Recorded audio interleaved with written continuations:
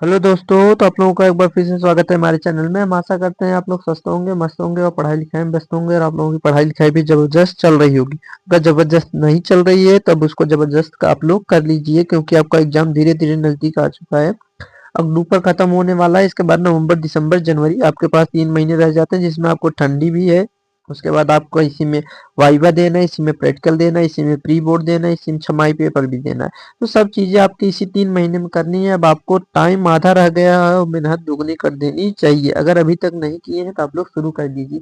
आप लोगों ने रिक्वेस्ट किया था तो आज हमने हिंदी का एक वीडियो बनाने की कोशिश की है।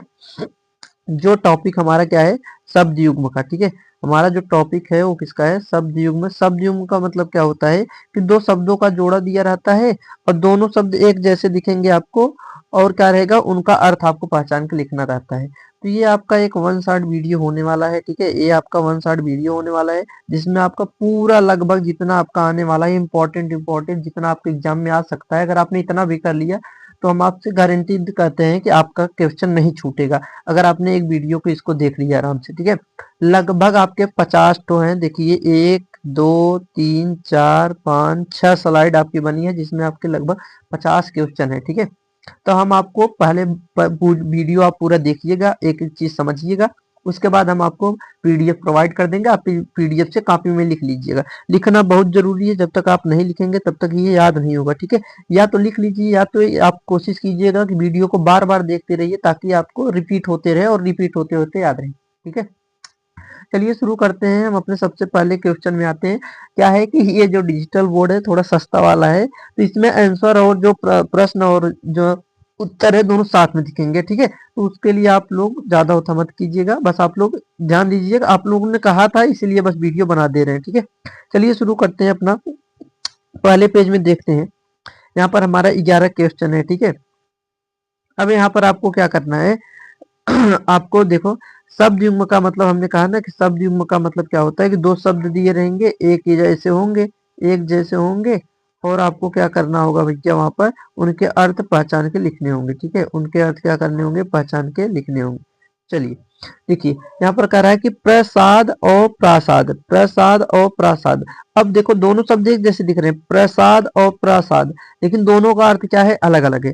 भैया आप आराम से पढ़िएगा, क्वेश्चन में आराम से देखिएगा, इसमें कहीं मात्रा तो कहीं एक शब्द से पूरा अक्षर और पूरा अर्थ बदल जाता है। ठीक है, तो अगर हम बात करते हैं प्रसाद और प्रसाद की, जो इसमें पहला प्रसाद है, प्रसाद का मतलब होता है कृपा, और प्रासाद का मतलब क्या होता है, महल। तो आप याद रखिएगा कि प्रसाद का मतलब क्या होता है भैया, कृपा, और प्रासाद का मतलब क्या होता है, महल। अब इसमें कोई फिजिक्स केमिस्ट्री बायो जैसा चीज नहीं है, फार्मूला नहीं है कि आपको समझाना पड़ेगा, डेरिवेशन करवाना पड़ेगा। बहुत हल्की चीज है, बस आपको याद रखना है। भाई हिंदी आप लोग जानते ही हैं, तो आपको याद ही रखना पड़ेगा। ठीक है, तो आपका एक प्रश्न यहाँ से हो गया क्लियर। ठीक है, प्रसाद मतलब क्या होता है, कृपा, और प्रासाद मतलब क्या होता है भैया, प्रासाद मतलब महल। चलिए हम आगे बढ़ते हैं इसी के साथ। दूसरा क्वेश्चन, दूसरा क्वेश्चन है कि आवरण और आभरण, आवरण और आभरण।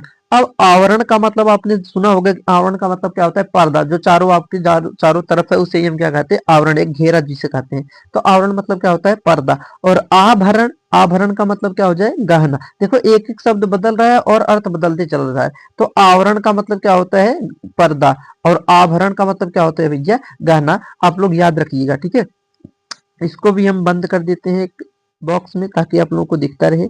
लो, आपका 2 क्वेश्चन हो गए। ठीक है, आप गिनती करते चलिएगा कितने क्वेश्चन हो रहे हैं। चलिए हम आगे बढ़ते हैं अपने अगले क्वेश्चन पे। अगला क्वेश्चन क्या कह रहा है कि कपीस, कपीस, कपीस, कपीस, समझ रहे हैं। मतलब एक शब्द आप पढ़ेंगे तो उच्चारण दोनों का एक दिखेगा, लेकिन आप मात्रा देखिए, एक में छोटी है, पहले में इसमें देखिए, इसमें पहला मात्रा में, पहले में छोटी मात्रा, लेकिन जबकि बड़े वाले में बड़ी की मात्रा है। तो यह है कपीस और ये क्या है, कपीस। तो जो कपीस होता है मतलब छोटा ई की जिसमें मात्रा होगी, उसका मतलब होता है मटमैला, उसका अर्थ मटमैला होता है। जो बड़े बड़े बड़ी की मात्रा होती है, उसका मतलब क्या होता है, हनुमान होता है। हनुमान जी जो होते हैं, आपने पढ़ा होगा, जय कपीस तिहु लोक उजागर, वो हनुमान चालीसा पढ़ते हैं ना, तो कपीस का मतलब क्या होता है, हनुमान। ठीक है, तो आप याद रखिएगा, अगर कपीस में छोटा ई की मात्रा है तो मटमैला, बड़ी की मात्रा है तो हनुमान। ये आपका एक क्वेश्चन और क्लियर हो गया, ये 3 क्वेश्चन हो गए। चलिए हम आगे बढ़ते हैं अपने अगले क्वेश्चन पे। अगला क्वेश्चन हमारा क्या है, चौथा नंबर का क्वेश्चन है। चौथा नंबर का क्वेश्चन में क्या है, अग और अघ, अग और अघ। अग मतलब होता है अचल, अघ मतलब होता है पाप। याद रखिएगा, अग मतलब क्या होता है भैया अचल, और अघ मतलब क्या होता है पाप। ठीक है, तो इसको भी हम कर देते हैं ब्लॉक में बंद। लो, अपना 4 क्वेश्चन हो गया पूरा।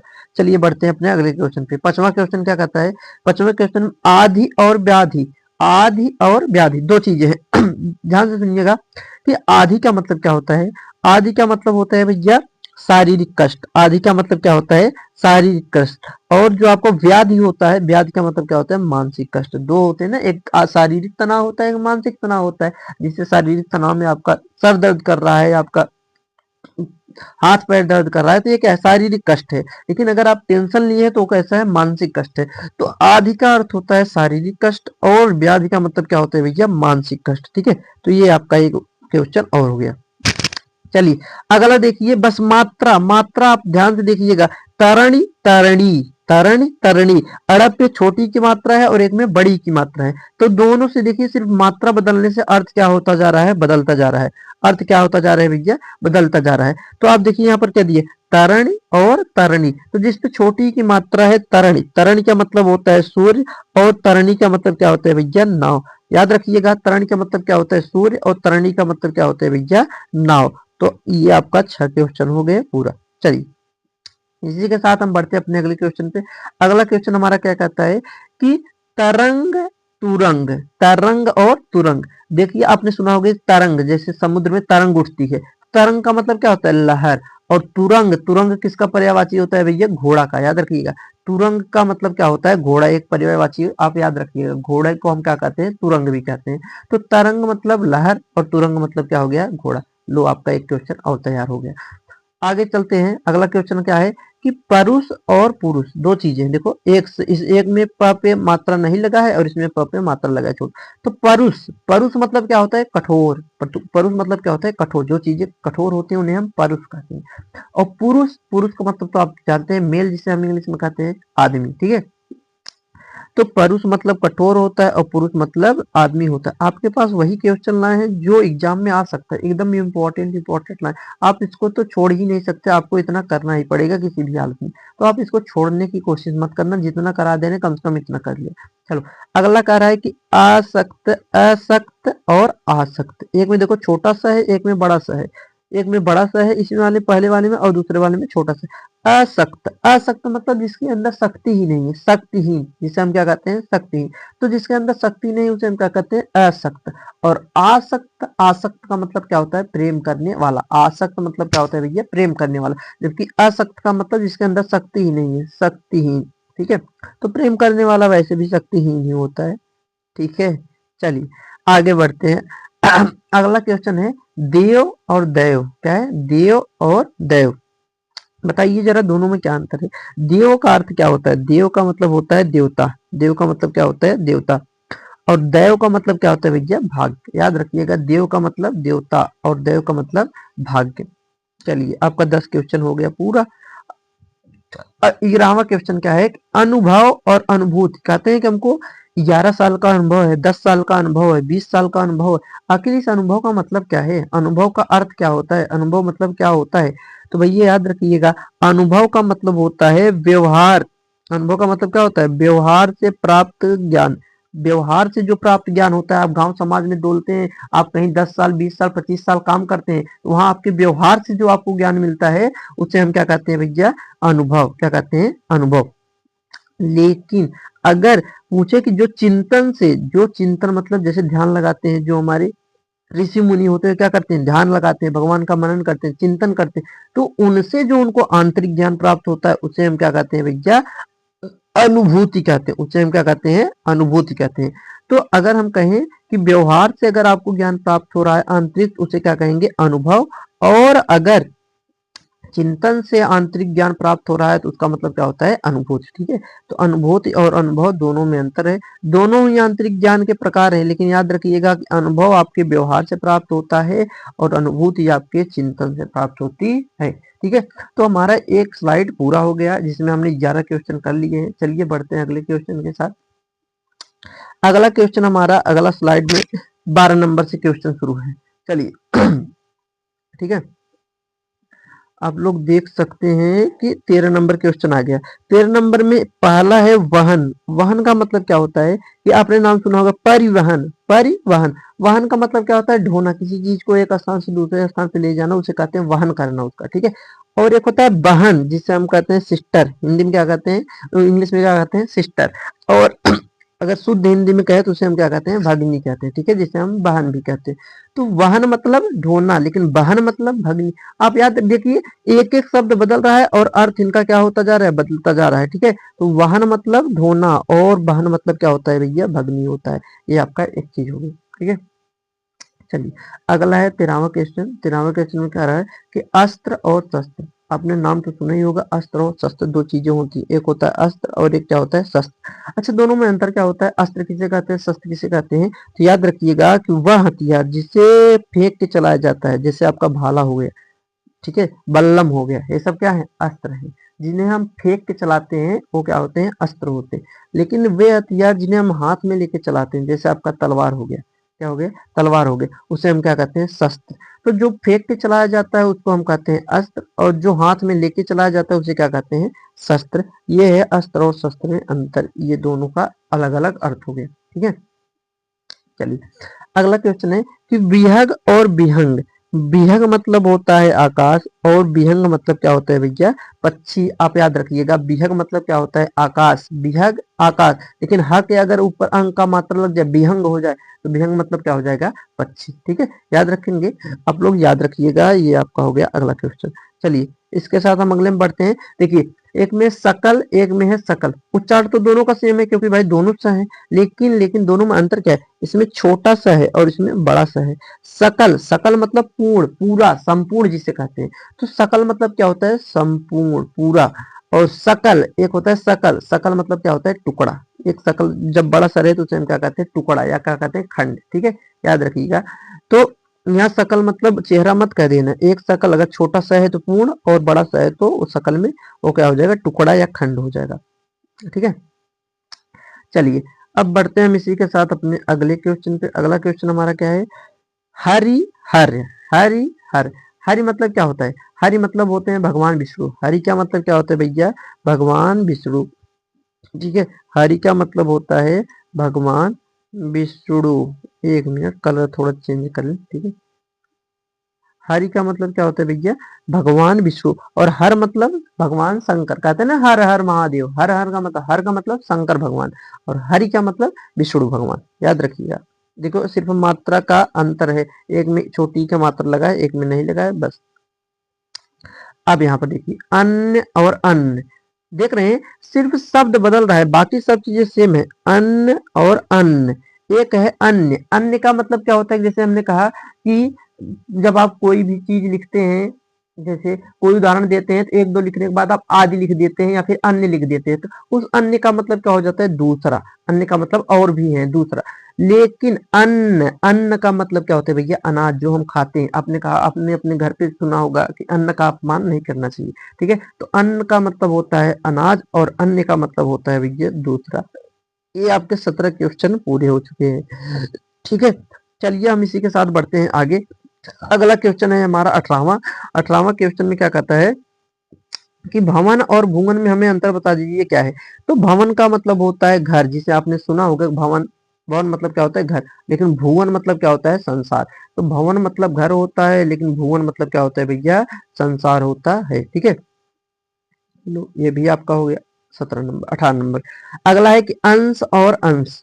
अंश और अंश, भाई अब इसको तो उच्चारण तो दोनों का सेम है, अंश और अंश। लेकिन अगर बड़ा सा है तो अंश मतलब भाग होता है, लेकिन अगर छोटा सा है तो उस अंश का मतलब क्या होता है? कंधा होता है। उस अंश का मतलब क्या होता है? छोटा। छोटा सा का मतलब, अगर अंश में छोटा सा है तो कंधा, और बड़ा सा है तो भाग। याद रखिएगा। अब अगला क्वेश्चन है आपका अवलंब अविलंब। क्या है? अवलंब और अविलंब। तो अवलंब की बात करें तो अवलंब का मतलब होता है सहारा, समर्थन करना या सहारा देना। अवलंब का मतलब सहारा देना। और अविलंब का मतलब जल्दी। कहते हैं ना, विलंब मत करो, विलंब मतलब देर मत करो। तो अविलंब, अविलंब मतलब देर मत करो, मतलब जल्दी, जिसे हम शीघ्र कहते हैं। तो अवलंब का मतलब सहारा देना होता है, या फिर समर्थन करना होता है। लेकिन अविलंब का मतलब क्या होता है? शीघ्र, यानी जल्दी करना, ठीक है। अविलंब का मतलब बिना देर के। आगे आ गया पयोधि। पयोधि आपका क्या है, याद रखिएगा कि देखो पयोधि, पयोद पयोधि। अभी इसको बताएंगे, एक ट्रिक बताएंगे। अगर आपने जल का, देखो जल का अगर पर्यायवाची याद किया तो उससे आप कमल का और बादल का और समुद्र का बनाना सीख जाएंगे। सिर्फ आपको जल का याद करना पड़ेगा।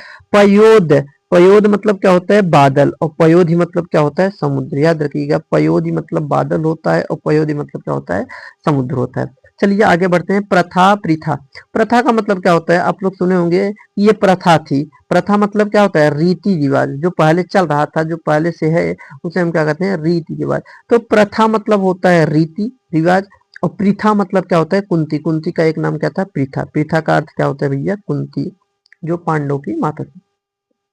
अगला है सर सर, सर सर। एक देखिए यहाँ पर देखेंगे तो इंग्लिश वाले सर आ गए हैं, ठीक है। मतलब इंग्लिश में सर जिसे हम कहते हैं, लेकिन हिंदी में उसी सर का क्या मतलब होता है, दूसरा।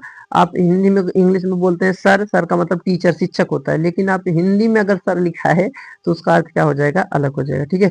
चलिए देखिए, अगर बड़ा स है सर में तो उसका अर्थ तीर होता है, जिसे हम बाण कहते हैं, धनुष से जो चलाया जाता है। और छोटा सा है सर, तो सर का मतलब क्या होता है, तालाब, ठीक है भैया।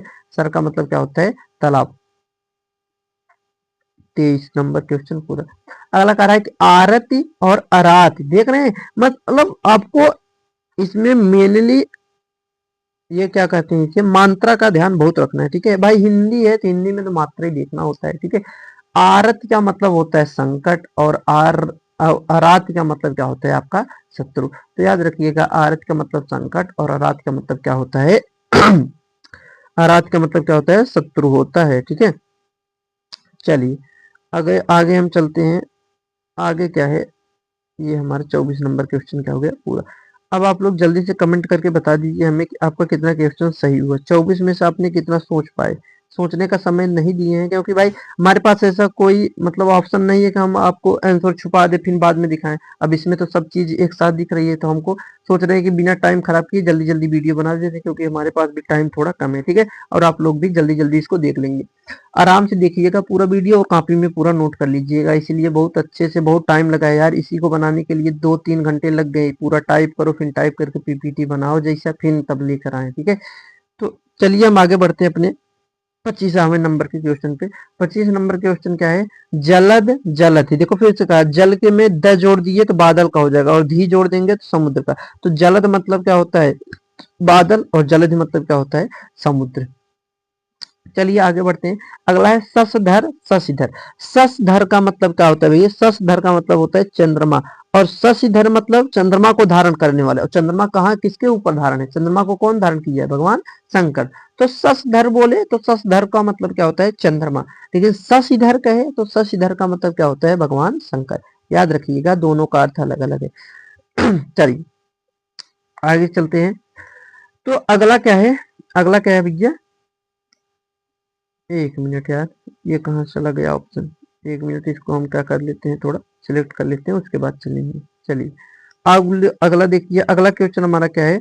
अगला क्वेश्चन है आतप और आपात। आतप का मतलब होता है सूर्य, सूर्य की प्रकाश जो होती है उसे कहते हैं आतप, ठीक है। आपने वो पढ़ा होगा उत्प्रेक्षा अलंकार में कि सोहत ओढ़े पीठ पर श्याम सलोने गात, और आतप परियो प्रभात, ऐसे है ना कुछ। तो आतप का मतलब क्या होता है, सूर्य का प्रकाश जो होता है, ठीक है। और आपात, आपात का मतलब आपने सुना होगा कि आपातकालीन, और आपके जो मोबाइल में लिखा होता है इमरजेंसी, इमरजेंसी को हिंदी में क्या कहते हैं, आपातकालीन। तो आपात, और कहते हैं कि आफत आ गई, आफत अपने भाषा में कहते हैं ना, गांव की भाषा में आफत, आफत मतलब संकट आ गई है। तो आपात मतलब क्या होता है, संकट, और आतप मतलब क्या होता है, आतप मतलब होता है सूर्य का किरण, ठीक है। चलिए अगला है उच्छृंखल और उद्दंड। उच्छृंखल का मतलब होता है कि जो अनुशासन न रहे, जो डिसिप्लिन न रहे, उसे कहते हैं उच्छृंखल है, क्या है, उच्छृंखल है। और उद्दंड का मतलब कहते हैं कि उनका लड़का उद्दंड है। उद्दंड का मतलब क्या होता है कि जो दंड से न रहे, ठीक है, जिनको कोई दंड का भय ही न हो, अरे कई ले ही जो करवे हुई, इसका मतलब ये हो जाता है, ठीक है। तो जिसको दंड का भय न हो उसे क्या कहते हैं, उद्दंड। और जो अनुशासित न हो, अपने जीवन में डिसिप्लिन न हो, वो क्या है, उच्छृंखल, ठीक है। तो अभी आप लोग उच्छृंखल ही हो, क्योंकि बिल्कुल भी अनुशासित नहीं हो आप लोग, क्योंकि डिसिप्लिन वे में काम ही नहीं करते, जो कहा जाता है कुछ करके आते ही नहीं। तो उच्छृंखल ही हुए आप लोग, ठीक है। तो ये क्या हो गया, उच्छृंखल मतलब भैया जो अनुशासित नहीं रहता। और उद्दंड का मतलब क्या होता है, जिसको दंड का कोई डर ही नहीं हो। ठीक है, चलिए बढ़ते हैं अगले क्वेश्चन पे। अगला क्वेश्चन क्या है, अगला क्वेश्चन है निद्रा तंद्रा। लो आ गया। निद्रा का मतलब क्या होता है, कई लोगों को तो आ ही रही होगी। निद्रा का मतलब होता है सोना। अब सोने का मतलब स्लीप, वो गोल्ड वाला सोना नहीं, स्लीप। स्लीप मतलब नींद लेना जिसे कहते हैं, निद्रा उसे कहते हैं। और तंद्रा का मतलब अर्ध निद्रित, अर्ध मतलब आधी नींद। ऐसे जमुआ जमुआ गिर रहे हैं, समझ रहे हो कि नहीं। ऐसे मोबाइल है, जमाई आ रही है, आ कर रहे हैं। जो जमाई आती है उसे क्या कहते हैं, अर्ध निद्रा, मतलब आधा सोए हुए हैं। तो वो जो अवस्था होती है उसको कहते हैं तंद्रा। और निद्रा मतलब पूरी तरीके से सो रहे हैं, तो उसका मतलब क्या होता है, निद्रा। ठीक है, तो निद्रा और तंद्रा में याद रखिएगा। अब आप लोग क्लास में क्या लेते हैं, तंद्रा जो होती है। आप क्लास में जमाई लेते हैं, नींद आती है, वो क्या होती है, तंद्रा। लेकिन अगर आप अपने घर पे सोते हो तो क्या होती है, निद्रा।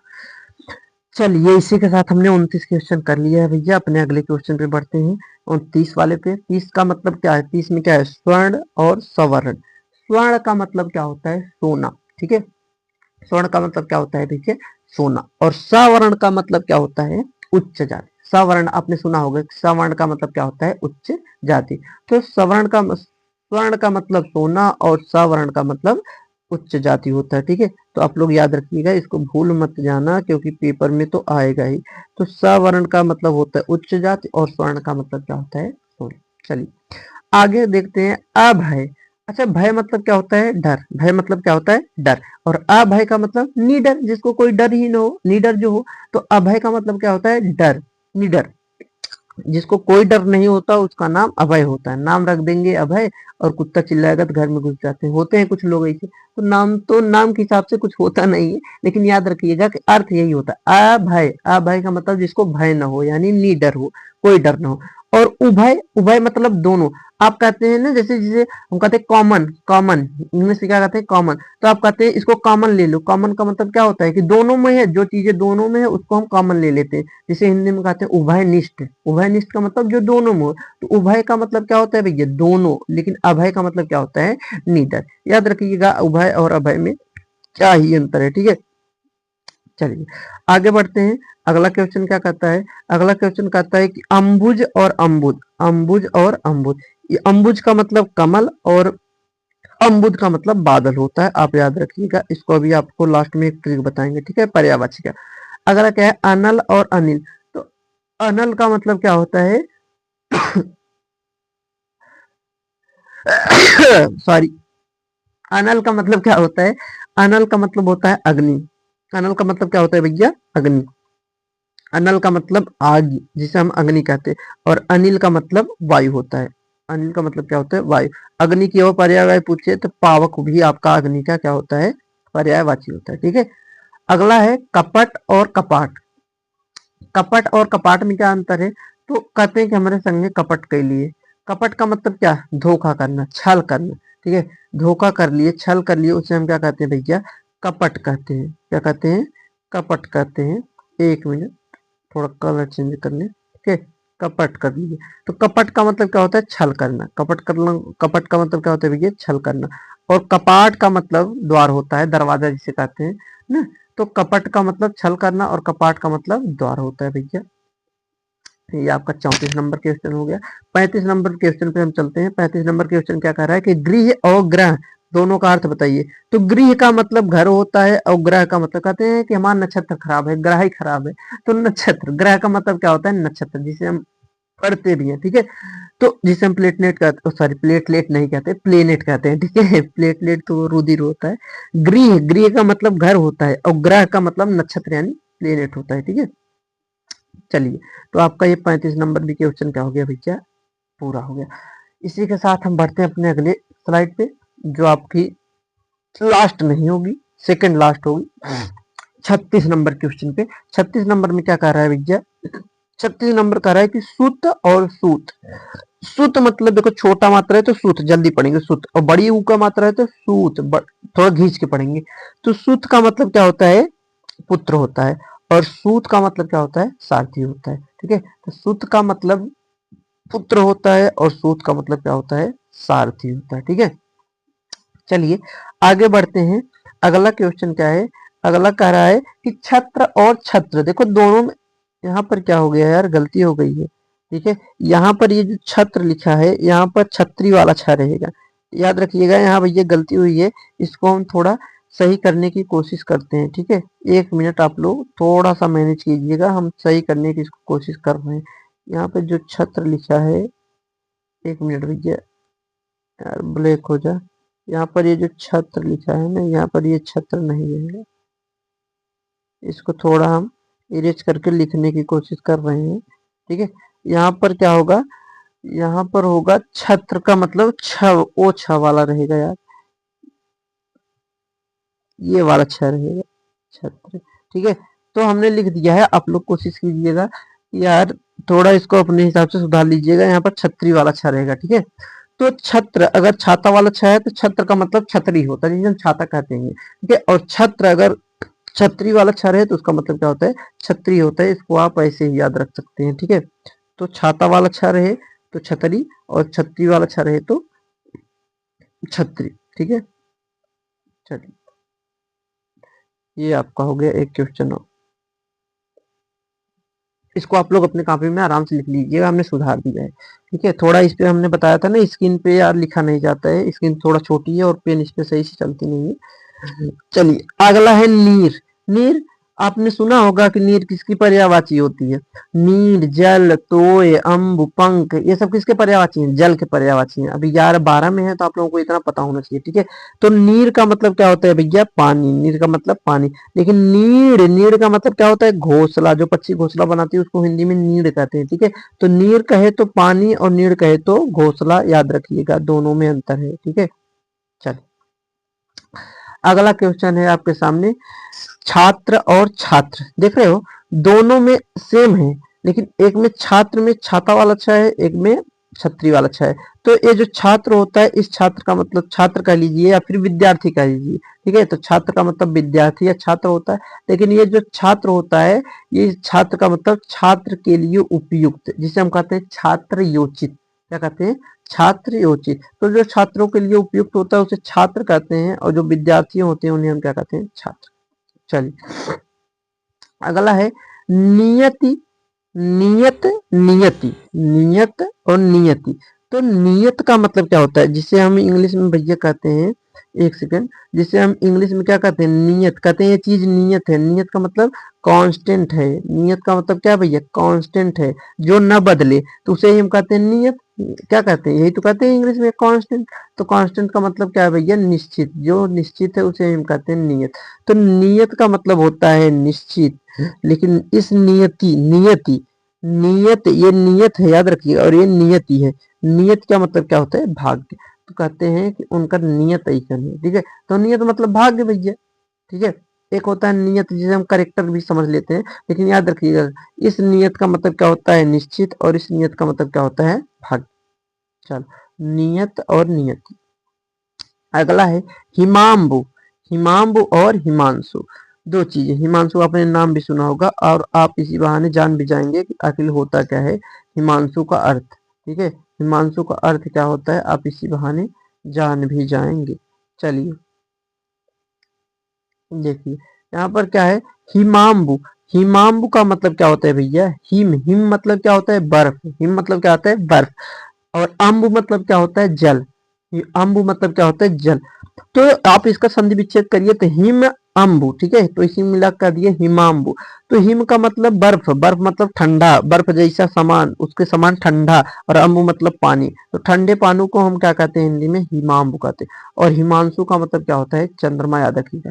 हिमांशु का मतलब क्या होता है भैया, चंद्रमा। ठीक है, चलिए, इसी के साथ हम अगले पढ़ते हैं। 42 नंबर क्वेश्चन हमारा आ गया है अगला।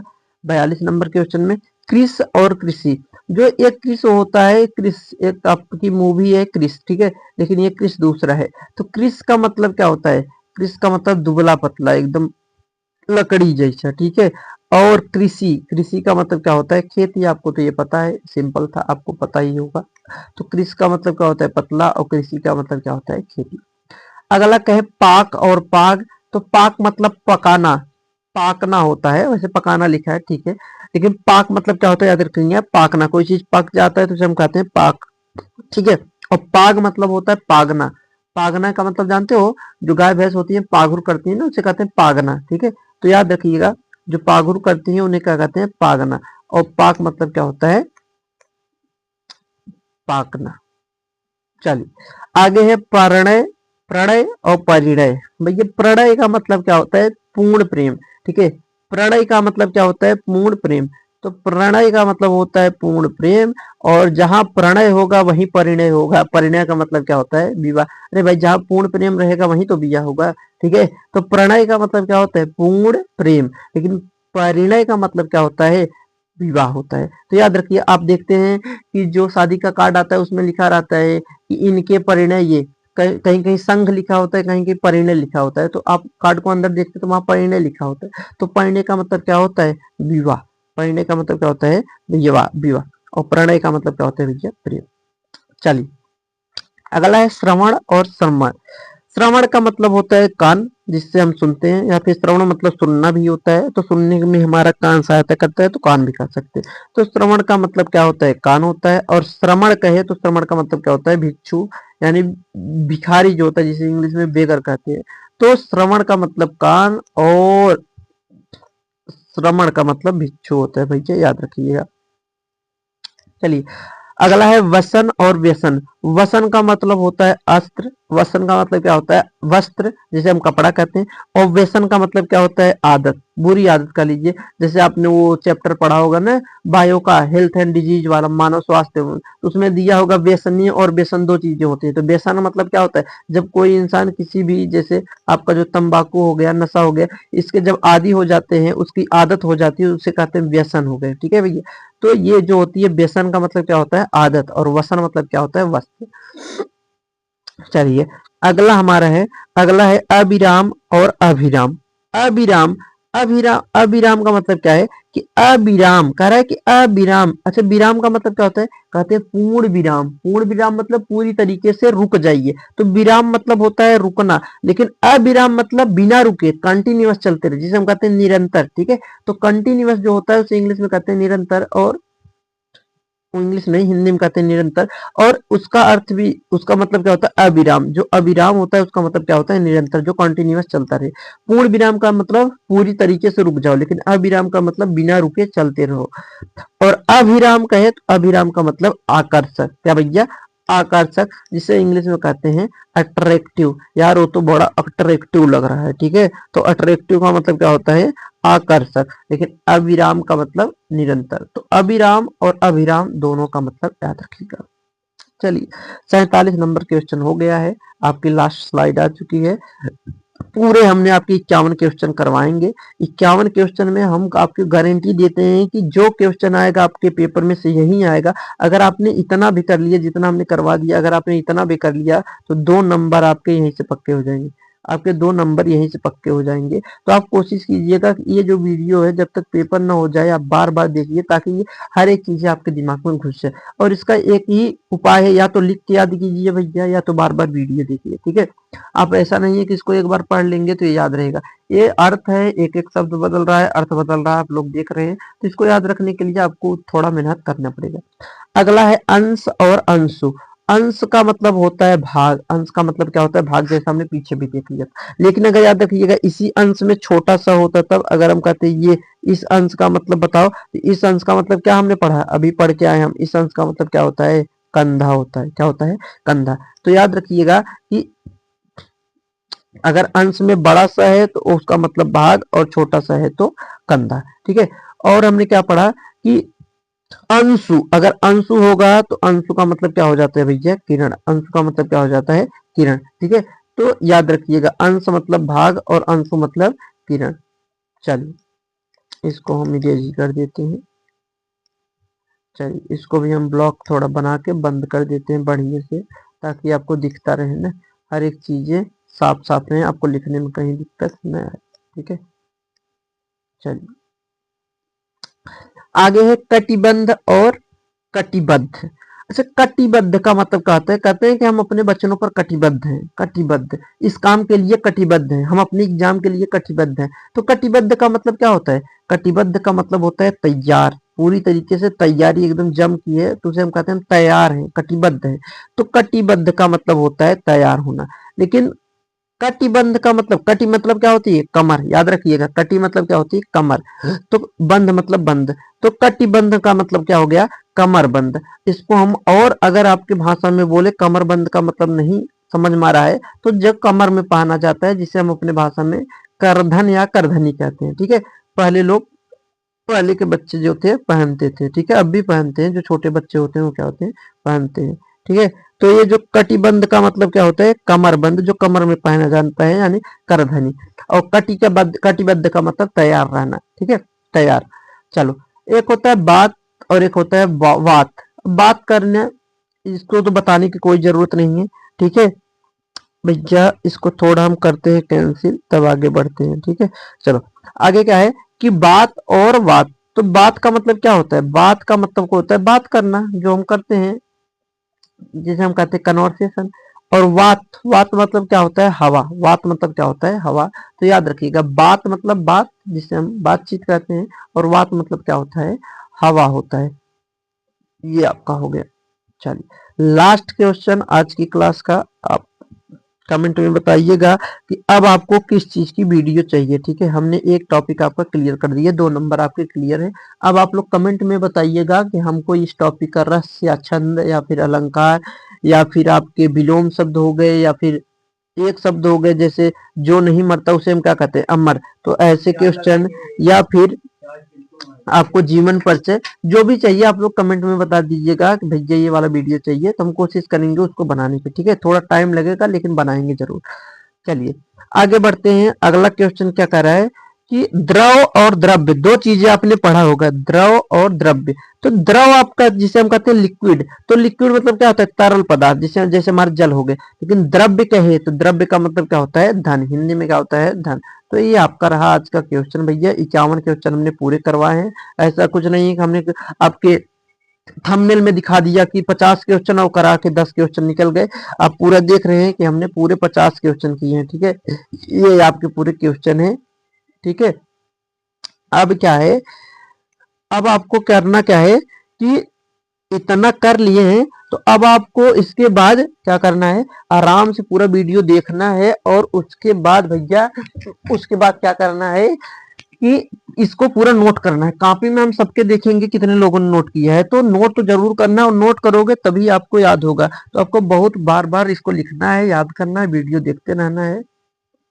अपनी वीडियो देखा है, इतनी मेहनत की, वीडियो देखने का कष्ट किए, आपको इसके लिए हम क्या कह सकते हैं? धन्यवाद कह सकते हैं। थैंक यू, बहुत बहुत धन्यवाद आप लोगों का। आप खुश रहिए, इसके जैसे मुस्कुराते रहिए, ये जैसे मुस्कुरा रहा है ऐसे आप लोग भी मुस्कुराते रहिए, और अपनी तैयारी को थोड़ा बेहतर बनाइए, ठीक है। क्योंकि तैयारी बेहतर रहेगी तभी आप मुस्कुरा पाएंगे, अन्यथा आपको बहुत कुछ करने की जरूरत पड़ जाएगी, ठीक है।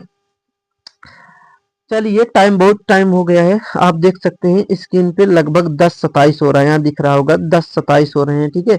रात के 10:30 बज गए हैं। हमने कहा कि आज वीडियो बना ही देते हैं, रोज रोज कहते हैं। आज आपका वीडियो बन गया है, कल सुबह आपको अपलोड होके मिल जाएगा, ठीक है। आप लोग वीडियो को पूरा वॉच कीजिएगा, और आपके जो दोस्त हैं, मन करे तो उनको भी शेयर कर दीजिएगा, और थोड़ी भी मेहनत नजर आए तो लाइक और कमेंट कर दीजिएगा। कैसे लगी वीडियो जरूर बताइएगा, और आगे किस टॉपिक का चाहिए ये भी कमेंट में बता दीजिएगा, ताकि हम अगले की तैयारी कर सके। तो बहुत बहुत धन्यवाद, थैंक यू, गुड नाइट, आप लोग सो जाइए।